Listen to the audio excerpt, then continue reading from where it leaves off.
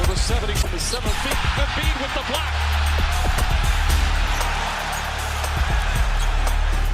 Course of the preseason of how special he can be. With great confidence, and then Robertson with the second shot and assist. Embiid from three.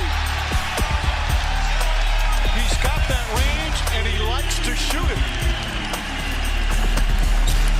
Embiid, nice smooth jumper. For a big guy, he's got such a nice touch. Robertson with the block. Cantor to Westbrook. Westbrook finds inside. Oladipo blocked from behind.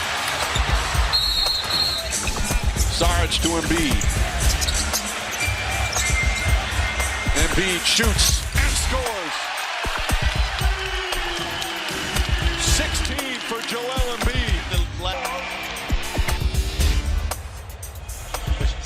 Just letting one go.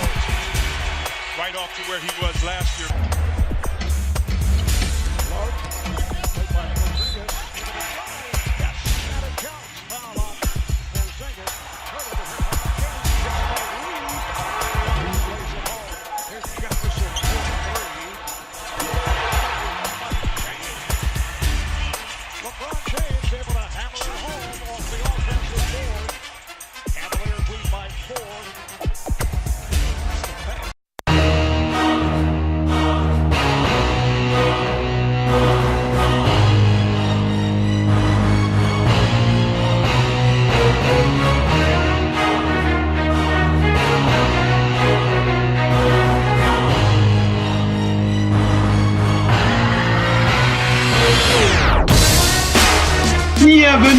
Bienvenue la famille, bienvenue à toute la famille du basketball. Merci d'être les amis pour le parquet de la radio Hall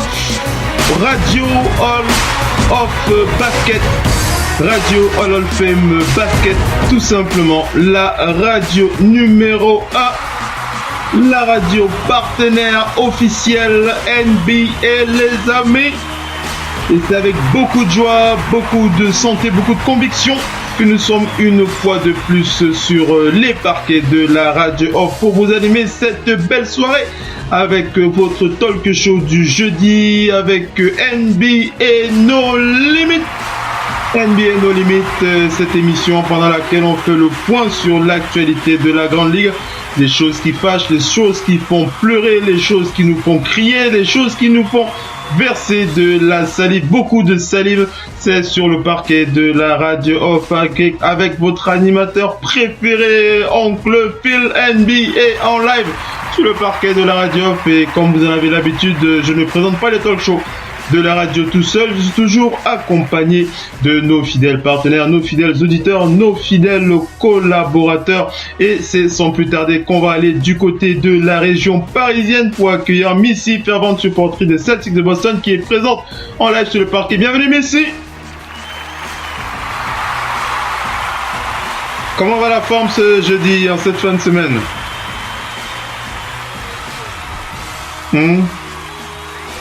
Ça va, c'est le plus important. Alors Missy, on est jeudi, on est à quelques heures, on va dire ça comme ça, de l'entrée en matière du All-Star Weekend qui pointe son nez à l'horizon. Comment est-ce que tu as envie de commencer déjà l'émission, ta petite pensée? Est-ce que tu as une petite pensée pour démarrer? Ouais, dis-nous. Qui l'a donné. D'après lui, s'il était encore dans la ligue, il n'aurait pas fait honneur à l'hymne américain. C'est vrai que c'est un soutien de... Pour l'affaire Copernic, non? Copernic, pour soutenir l'affaire...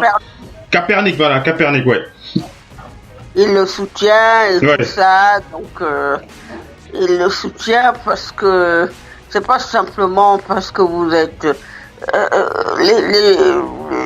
il y a eu les lois dans les années 60 sur tout ça parce que les noirs les plus importants ont dénoncé les choses. Oui. Donc c'est toujours bien quand Kobe s'exprime, ça a du poids. Oui. même s'il est retraité sportivement aujourd'hui, c'est quelqu'un qui compte. Il était là pour la candidature de Los Angeles. Cette interview a été donnée à l'occasion où il y avait la journée des athlètes noirs. C'est important. Oui, très important. Ça, c'est vrai. Ça, c'est vrai, mais c'est vrai. Ouais. C'est important que Kobe puisse s'exprimer sur ces choses-là et donner un autre avis que toujours les mêmes sons de cloche qu'on entend. Oui, c'est vrai. C'est plus facile parce qu'il est retraité. Ceci étant pour autant dit, c'est une bonne chose qu'on entend sur ça. Et oui, c'est une très très bonne chose qu'on entende Kobe Bryant, ça nous a fait très très plaisir et sur ces mots qu'on va démarrer le talk show de ce soir NBA No Limit. C'est donc parti. On vous rappelle que le talk show de ce soir, donc on va faire le point sur l'actualité de la Grande Ligue. Il y a encore des matchs qui se sont joués et surtout on a appelé la particularité de cette partie, la partie des résumés, les dieux des stats qui étaient de sortie dans la nuit. Il faut le dire, les dieux des stats qui étaient de sortie. On va revenir de long en large là-dessus. On rappelle qu'on envoie un gros big up au doc ONP qui doit nous rejoindre tout à l'heure.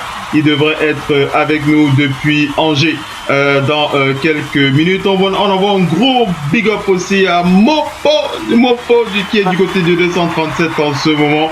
Mopo qui est du côté du Cameroun. On lui envoie aussi un gros big up. Il devrait aussi nous faire signe s'il en a la possibilité. On n'hésitera pas à l'intégrer. En conférence avec nous. Il n'y a pas de souci. D'ailleurs, s'il nous écoute, on lui envoie un gros big up à Mopo. Mopo, tu nous manques. Fais-nous signe dès que tu peux.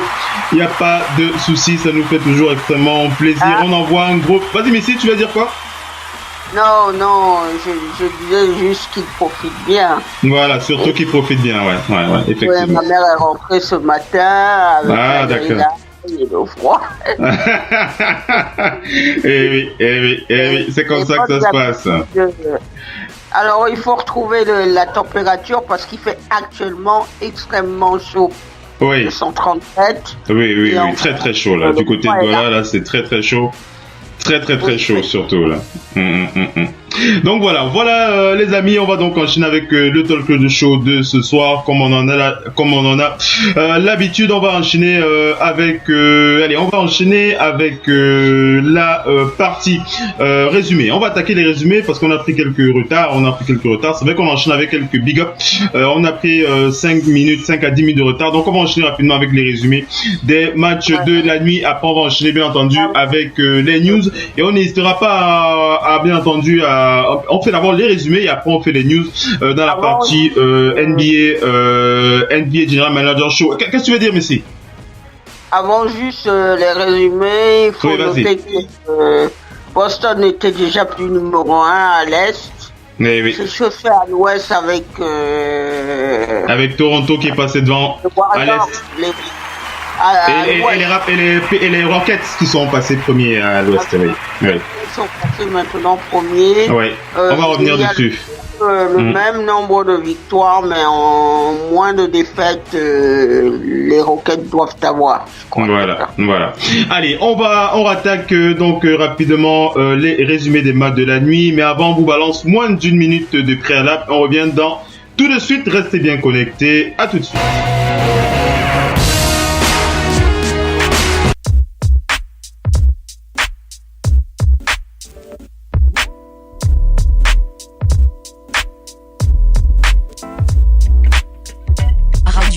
Off, Basket, la radio numéro 1 pour tous les fans de basket francophone à travers le monde.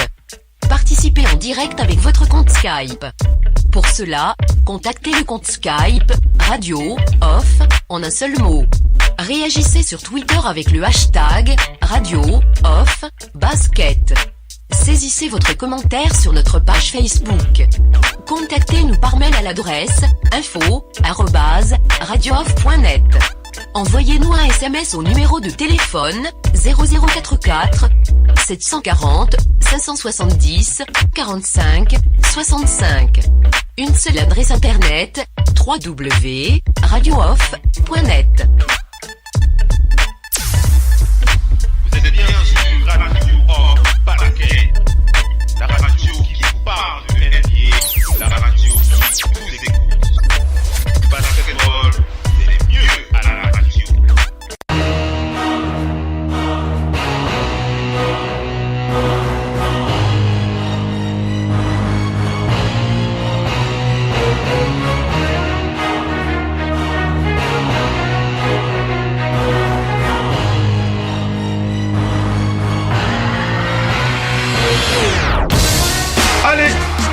parti les amis, on rattaque la partie résumée avec les résumés des matchs de la nuit. Les dieux des stats étaient de sortie.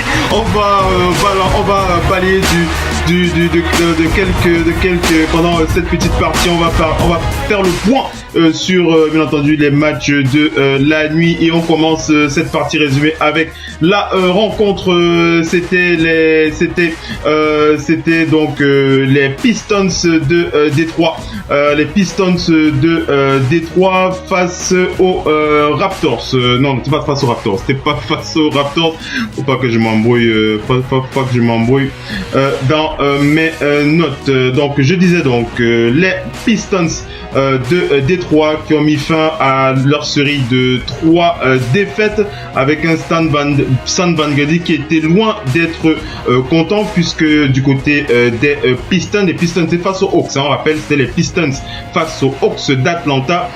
Il y avait au moins 7 joueurs du côté des Pistons, il y avait au moins 7 joueurs à 10 points du côté de cette équipe. Ils se sont mis en danger dans le dernier quart face aux Hawks d'Atlanta en encaissant un 37-22. L'équipe a mené jusqu'à 30 points au milieu du troisième quart avant d'encaisser un 59-35 en tout sur les 10 dernières minutes de la rencontre et les Hawks sont revenus à 4 points à une passe près. Blake Griffin était sur le point de signer son premier triple-double avec sa nouvelle équipe. Il était à 13 points, 12 rebonds, 9 passes décisives. Ish Smith a signé 22 points, 9 passes et André Drummond était à 13 points et 15 rebonds sur ce game. On n'oublie pas que Dwight Howard, qu'est-ce que je parle? Dwight Howard, c'est du côté des Hornets de Charlotte. Voilà, donc un André Drummond en double-double et un Blake Griffin qui était pratiquement en triple-double. Donc c'était presque pour lui. On rappelle que les Hawks d'Atlanta ils sont actuellement 15e, ils sont derniers de la conférence Est. Et on rappelle que les Clippers de Los Angeles sont 9e avec 30 victoires et 26 défaites. Les Clippers, je dis. Les Clippers sont 9e. 9e, oui. Actuellement, ils sont 9e. En dessous des Pelicans. Les Pelicans qui sont 8e. Les Clippers qui sont donc 9e avec 30 victoires pour 26 défaites. Et les Hawks que j'ai dit tout à l'heure, ils sont derniers. Derniers de la conférence Est avec 18 victoires et 41 défaites. Donc voilà pour cette équipe des Pistons de Détroit. Non, je parlais des Pistons. Je parlais des Pistons ici. Je parlais des Pistons de Détroit. Les Pistons sont 9e de la conférence Est, en dessous du Heat de Miami. Oui, non, merci. Non, c'est moi qui me suis un peu embrouillé dans mes notes. Là, je commence doucement. Mais je vais recadrer tout ça. Donc, voilà, 9e de la conférence Est, les Pistons de Détroit, avec 28 victoires et 29 défaites, juste en dessous du Heat de Miami, qui est 8e, avec 30 victoires et 28 défaites. Vas-y, Missy, qu'est-ce que tu voulais dire? Il était très mécontent. Stan Van Gundy. Oui, Stan Van Gundy. Stan Van Gundy, il a dit d'ailleurs qu'il ne comprend pas cette équipe de Détroit. C'est d'ailleurs l'équipe bizarre. Ouais, une équipe un peu qui a des hauts et des bas, des joueurs qui ont des hauts et des bas dans des matchs comme ça, c'est assez choquant. On va dire ça comme ça pour lui. Mais bon, ils sont capables de faire mieux, cette équipe des Pistons de Détroit sont largement capables de faire mieux. Oui. Ah, bah oui. Oui, tu m'entends? Allô? Oui. Oui, j'enchaîne alors avec les Raptors face aux Bulls. J'enchaîne avec les Raptors face aux Bulls. C'était donc dans la nuit. Tout va bien pour les Raptors qui ont logiquement battu cette équipe des Bulls de Chicago. C'est un score de 122-98 avec 41 victoires et 16 défaites. Ils prennent 2 matchs d'avance sur les Celtics de Boston en tête de la conférence Est. On l'a dit en début de talk show. Les Raptors qui sont premiers de cette conférence Est. Ils n'ont encore pas eu besoin. Ils n'ont pas eu besoin d'un énormissime DeMar DeRozan qui a été limité à 7 points, 3 sur 11 au tir, mais ils ont pu compter sur les 20 points de Serge Ibaka et de Kyle Lowry et surtout un excellent banc avec un superbe Pascal Siakam. Ça fait plaisir lorsque notre compatriote Pascal Siakam est à fond comme ça dans son game. Il était à 17 points, Pascal Siakam, 11 points pour Fred VanVleet, 10 points pour Jacob Poelt. Et bien entendu, après avoir été malmené au premier carton par des Bulls menés par les 18 points de Bobby Portis, Toronto a passé un 36-16 dans le second et un 34-27 dans le troisième carton. Donc une équipe des Raptors qui domine son sujet toujours en saison régulière. On attend toujours de savoir ce qu'ils pourront produire pendant les playoffs ici. C'est ça, comment on les attend en playoffs, c'est ce que tu vas dire sûrement, non? On les attend en playoffs. On attend tout le monde aux playoffs. Les playoffs, c'est pas de vérité. Ouais. Mais les Raptors... Mais surtout, je parle des Raptors puisqu'ils ont toujours été dans le standing, dans les deux premières places ces 3 dernières années, oui. Et en playoff, je ne me souviens pas qu'ils aient passé le premier tour. Vas-y. C'est pas l'exercice qui les a réussi, même s'ils ont disputé une finale de conférence. Effectivement. C'est pas. Maintenant, les playoffs, c'est vraiment le juge de paix. Mais je pense que pourquoi les Raptors sont aussi bons actuellement, c'est que Dwayne Casey, le coach des Raptors, a réussi à faire cet amalgame qu'il ne faisait pas depuis toutes ces années. Sur les jeunes et tout ça. Il ne jouait pas beaucoup avec les jeunes. Aujourd'hui, c'est que c'est les jeunes comme les Siakam, les Potel et autres, tous les jeunes en fait des Raptors là sont extrêmement bons. Le scoring quand ils en ont besoin, ils sont aussi là dans les tâches défensives et tout ça. Et donc c'est un groupe qui fonctionne assez bien. Qui fonctionne assez bien. C'est des équilibres qu'il n'y a pas chez beaucoup. C'est vrai. Et d'ailleurs, toutes les équipes aujourd'hui qui font des séries là comme eux, comme Utah, sont sur le même profil. C'est la solidarité. C'est la solidarité. Ouais.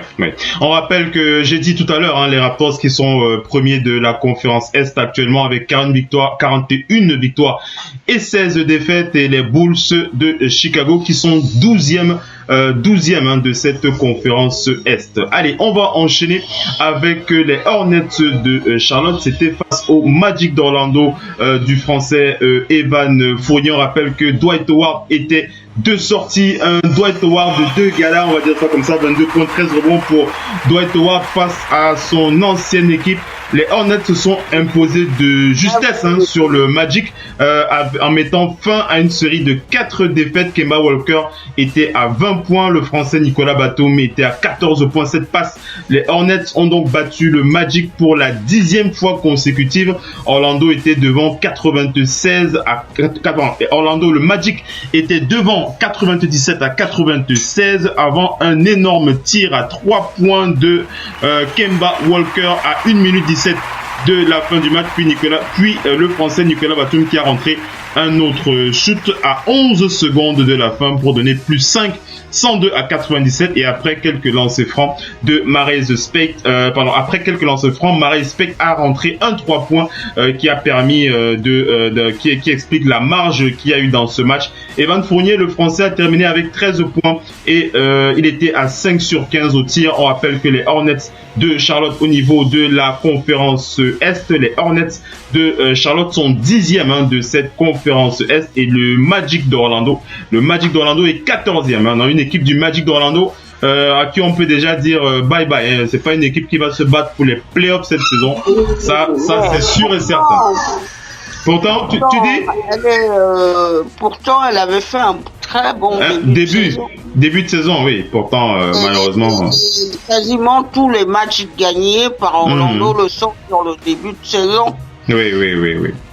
Et c'est compliqué pour une équipe qui n'a pas réellement de meneur, qui n'a pas réellement de pivot. Une équipe où il manque quelqu'un sur pratiquement chaque poste. Oui. C'est vrai que c'est compliqué. C'est compliqué lorsque l'on joue comme ça. Le 5 ne peut pas tous les soirs être là.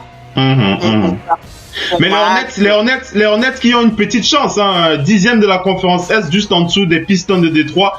S'il y a une petite catastrophe au-dessus, là, les Hornets ils peuvent arracher leur billet. tout va se jouer maintenant après ce All-Star Game. Ah, voilà, c'est ça. Ça va être le sprint final. Ça va être le sprint final, effectivement, ouais. Pour ceux qui sont pas loin. Ouais. Non, il y a quand même des équipes qui ont quand même, y compris Est et Ouest, qui ont quand même de certitude. Même actuellement, les premiers, ceux qui seront dans les premières places, on les connaît. Mais même ceux qui vont se trouver en 7e, 8e ou voire 6e place, on les connaît aussi à peu près. Si aujourd'hui vous devez miser sur quelqu'un, vous playoff, vous misez quand même plus sur Utah actuellement. Il y a des équipes qui surprennent. Il y a des équipes de saison qu'on voyait pas, comme Indiana. Indiana n'était pas dans les plans. Les Pacers d'Indiana. Pas non plus dans les plans. Je disais peut-être choper la dernière place. À l'Est, pareil, on voyait pas forcément. On voyait que les teams s'étaient renforcés. On les voyait pas forcément à ce niveau.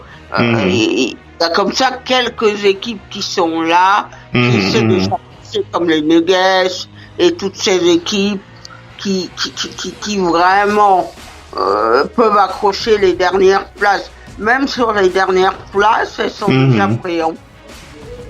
Donc ça va être compliqué pour les équipes qui sont extrêmement loin, larguées comme Orlando, comme les Hawks d'Atlanta. On pensait que l'année dernière, ils étaient au playoff. Effectivement.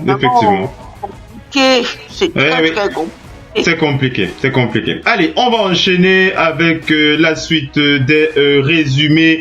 On va aller du côté de la rencontre qui a opposé les Wizards de Washington. C'était face aux Pacers d'Indiana. On va surtout vous rappeler, pour ceux qui ont vu ce match et ceux qui ne le sauraient pas, on va surtout vous dire que les Wizards ont réalisé un énorme comeback sur ce match. C'était face aux Pacers d'Indiana, je le précise encore. Un comeback, on rappelle qu'ils étaient menés de 27 points par les Knicks de New York. Ils ont remporté ce match, un score de 118-113 grâce à une grosse seconde mi-temps et surtout un énormissime Bradley Beal, un énormissime Bradley Beal, auteur de 36 points, 14 sur 22 au tir, 7 passes. Il était bien aidé par les 22 points d'Otto Porter et on rappelle le français Ian Mahinmi qui était 2 sorties de gala avec 17 points, 8 rebonds. Les Knicks ont mené 68-41 en fin de la première mi-temps dans le sillage du trio Tim Hardaway Jr. qui était à 37 points, 4 sur 24 au tir. Enes Kanter, 24 points, 9 sur 15 au tir et 14 rebonds. Et on n'oublie pas Michael Beasley qui était à 16 points, 8 sur 24 au tir, 11 rebonds. Mais ils ont laissé les Wizards revenir avec un troisième carton catastrophique pour eux, perdu 39-15 dans ce dernier acte. On va rappeler que les Wizards ont pris 8 points d'avance avant de s'imposer. Donc voilà pour cette équipe des Wizards. C'était face aux Knicks, c'était face aux, j'ai dit tout à l'heure, j'ai parlé des Pacers, c'était face aux Knicks. Donc, je termine pour donner le standing, pour rappeler que les Knicks de New York qui sont 11e de cette conférence Est et les Wizards de Washington qui sont actuellement les Wizards de Washington qui sont classés 4e de cette conférence Est. Donc une équipe de Washington juste en dessous de Cleveland, 33-24 pour 33 victoires, 24 défaites pour les Wizards, 34 victoires, 22 défaites pour les Cavs. Donc ils sont très très proches de cette équipe de Cleveland, Missy, les Wizards. C'est pas mal avec l'absence de... Le problème c'est que New York, ils ont perdu gros, vraiment. Ils pouvaient peut-être se mêler à la lutte pour les dernières places. Oui. Mais sans Porzingis, sans votre meilleur joueur, un joueur aussi dominant, c'est compliqué, c'est très complexe. Parce que il faut remplacer le joueur en scoring, remplacer le joueur dans toutes les actions qu'il fait, sa défense, toutes les petites actions qu'il fait. Oui. Et donc, c'est vraiment mauvais pour eux qui ne peuvent pas se battre à armes égales quand vous affrontez quelqu'un. Vous dites que les forces sont similaires, mais non, avec son Porzingis, il y a un problème dans cette équipe de New York. Oui, c'est compliqué. Et l'enchaînement des défaites, malheureusement, ça va être malheureusement ce qui les attend. Oui, ça va être très très compliqué, très compliqué pour cette équipe des Knicks. On les voit au playoff à ce rythme-là. Il y a plus de chances que les défaites se multiplient et les éloignent encore plus, les classes dans les dernières positions. Ouais, c'est clair. Ça va être compliqué pour cette équipe de New York avec l'absence de Kristaps Porzingis, comme l'a dit Missy. Allez, on va enchaîner avec la suite. J'ai parlé des Pacers tout à l'heure. Je voulais donc parler de cette équipe des Pacers qui avait joué face aux Brooklyn Nets dans la nuit. Et on rappelle que les Pacers ont remporté une 33e victoire sur une 33e victoire de la saison sur les Nets avec un Victor Oladipo, auteur de 15 de ses 25 points en seconde mi-temps face à Brooklyn. Ses coéquipiers Corey Joseph et Miles Turner ont signé des très intéressants double-double avec 15 points, 11 passes et 15 points, 11 passes pour Corey Joseph, 11 points, 14 rebonds pour Miles Turner dans cette troisième victoire de suite pour Indiana. Les Nets de Brooklyn étaient devant 95 à 93 à 4 minutes de la fin, puis ils ont manqué quand même 8 shoots consécutifs pour laisser, ils ont laissé leur adversaire filer vers la victoire. Donc victoire de cette équipe des Pacers d'Indiana sur les Nets de Brooklyn, 103 à 108. On termine avec les standings des Pacers pour préciser que les Pacers sont 6e de la conférence Est, 33 victoires pour 25 défaites, et les Nets qui sont logiquement dernière place du classement, 13e avec 19 victoires et 40 défaites. Mais si tu voulais parler des Pacers avec un Victor Oladipo, c'est surtout pour dire que Oladipo, on le connaissait, ce talent. Le talent a fini par s'exprimer. Parce qu'à un moment, de vous-même, vous ne pouvez pas être vous ne pouvez pas être la personne dont on dit il a été drafté en deuxième position, mais il n'est pas bon, il ne joue pas, donc il a rectifié de tir. Il a rectifié de tir. Et surtout sa clutch attitude dans plusieurs matchs là qu'on voit depuis quelques temps, que les Pacers vont normalement perdre. Aux Celtics, face aux Celtics, c'est lui qui règle l'affaire. Hier encore face à Clean, il est dans les parages.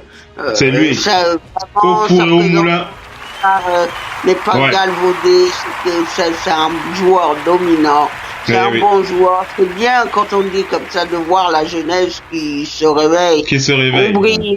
On brille dans la vingtaine, on ne brille pas dans la trentaine. Ah oui, ça c'est vrai, c'est vrai.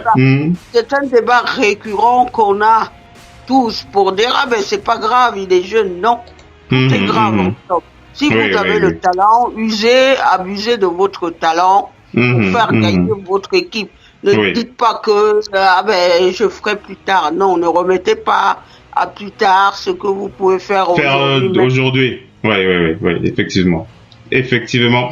Donc voilà, allez, on va enchaîner avec la suite. J'ai donné les standings tout à l'heure. Allez, on va enchaîner avec ce match de gala, un vrai match de gala, il faut le dire, avec deux joueurs énormissimes qu'on apprécie sur le parquet de la radio.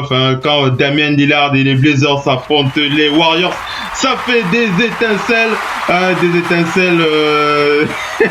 des étincelles, il y en a toujours. Allez, on va enchaîner avec cette rencontre qui a opposé les Warriors aux Blazers de Portland dans moins d'une minute, juste pour nous le temps de balancer une petite pub. Allez, restez bien connectés, à tout de suite les amis.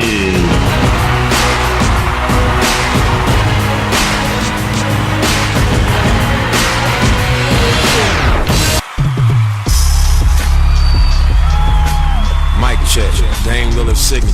take 4. This my new flow. Good, straight out the box. Stay locked down and locked in so you can hoop with 0 distractions. It's sitting on bounce, so it works as hard as I do. And the only thing you feel on the court is confidence. Crazy traction, so you'll never be caught slipping. You know what time it is. My numbers don't lie. Game 4. Confirmed. Vous êtes bien sur Radio Off Basket. La radio qui vous parle de NBA, la radio qui vous écoute. Basketball, c'est mieux à la radio. Are you made for the Mamba mentality?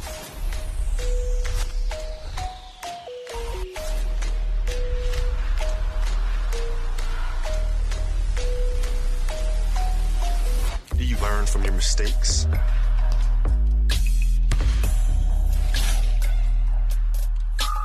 Can you draw strength from your failures?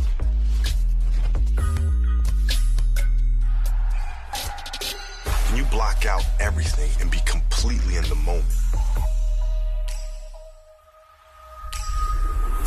Do you check your fear at the door? Are you willing to suffer for your dreams? That's the Mamba mentality. The continual quest to be great. So if you think you have what it takes, it's time to get started.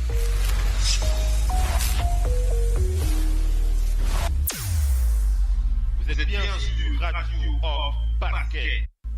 La radio qui vous parle de NBA, la radio qui vous écoute.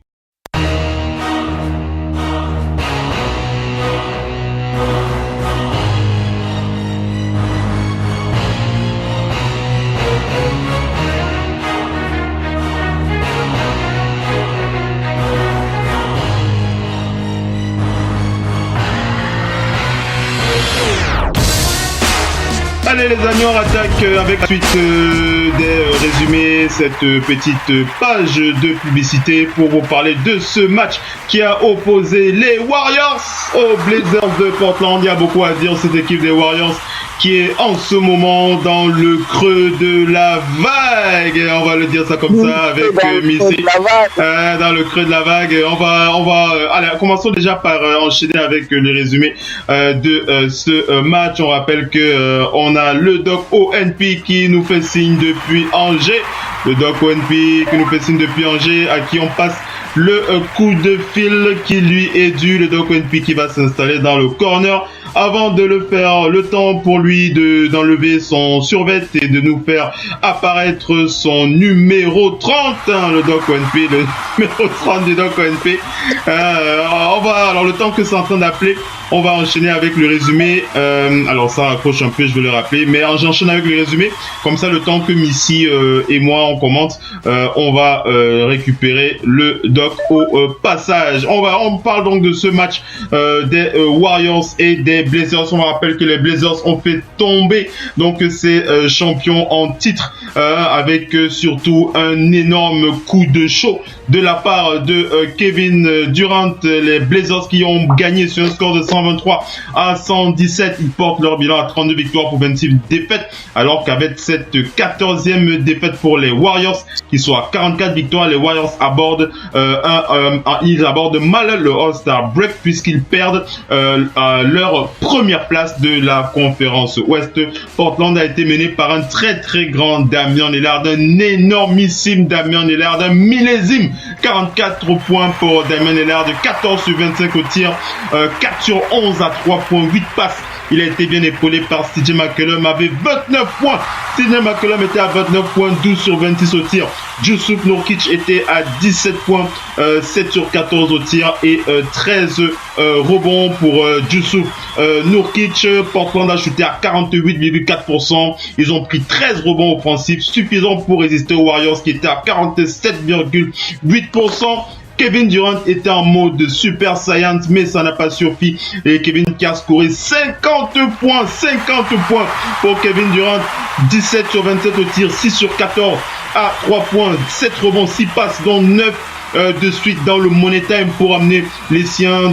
Mais dans la dernière minute, il a raté 2 shoots cruciaux et il a perdu un ballon. Il a perdu un ballon hyper important sur un shoot à 3 points qui aurait pu permettre aux siens à passer à 1 point devant, mais il avait mis le pied sur la touche et les Warriors qui ont été moins brillants dans l'ensemble du match avec 17 points pour Stephen Curry, 6 sur 17 pour le Chief Curry. Il a surtout perdu 7 ballons perdus par Stephen Curry.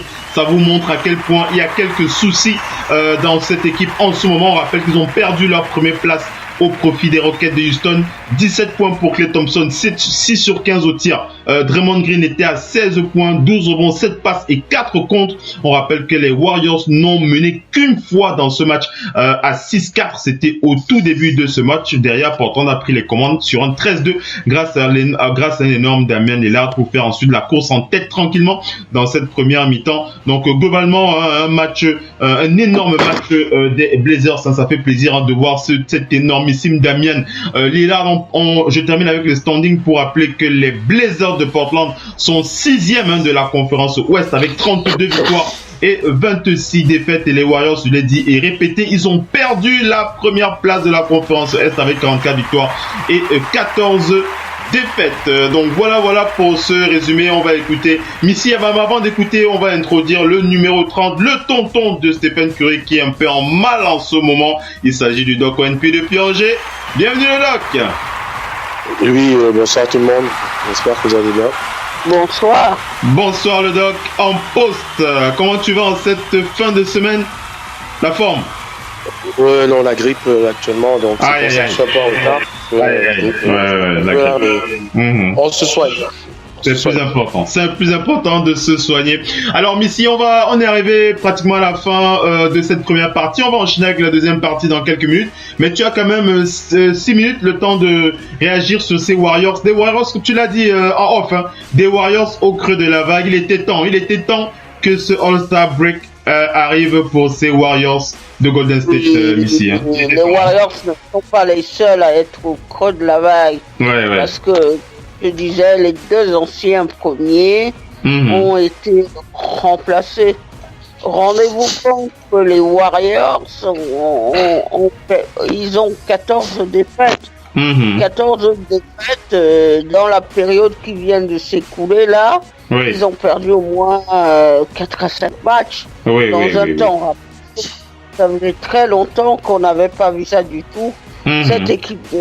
Cette équipe des Warriors, c'est qu'elle n'est pas comme votre beaucoup de tension dans cette fin de première, beaucoup de tension, beaucoup de fatigue, tension, fatigue, c'est une équipe qui est beaucoup trop nerveuse et les adversaires le sentent. Maintenant, ce qui faisait gagner les Warriors, c'est les fondamentaux.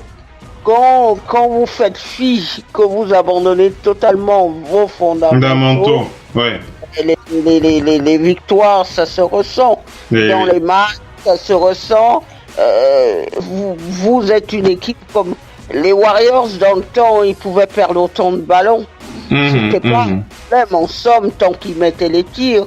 Aujourd'hui, quand vous ne mettez pas les tirs et que vous perdez tant de ballons, ça vous pénalise.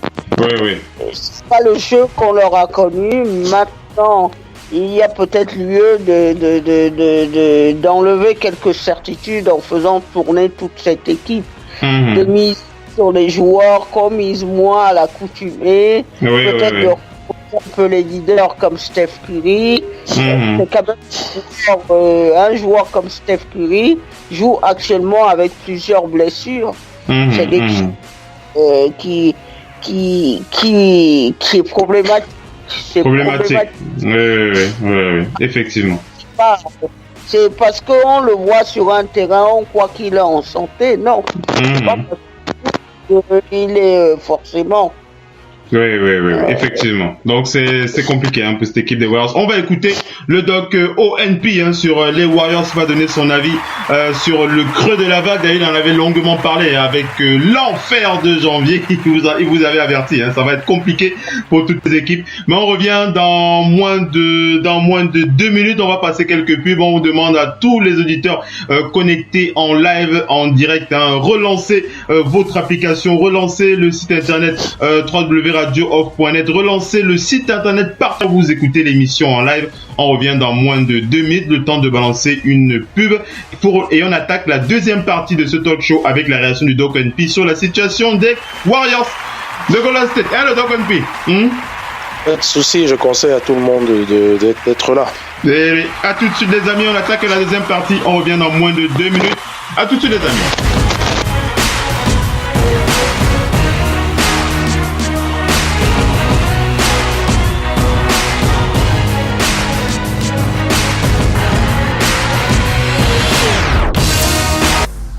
Vous êtes bien sur Radio Off Basket, la radio qui vous parle de NBA, la radio qui vous écoute. Basketball, c'est mieux à la radio.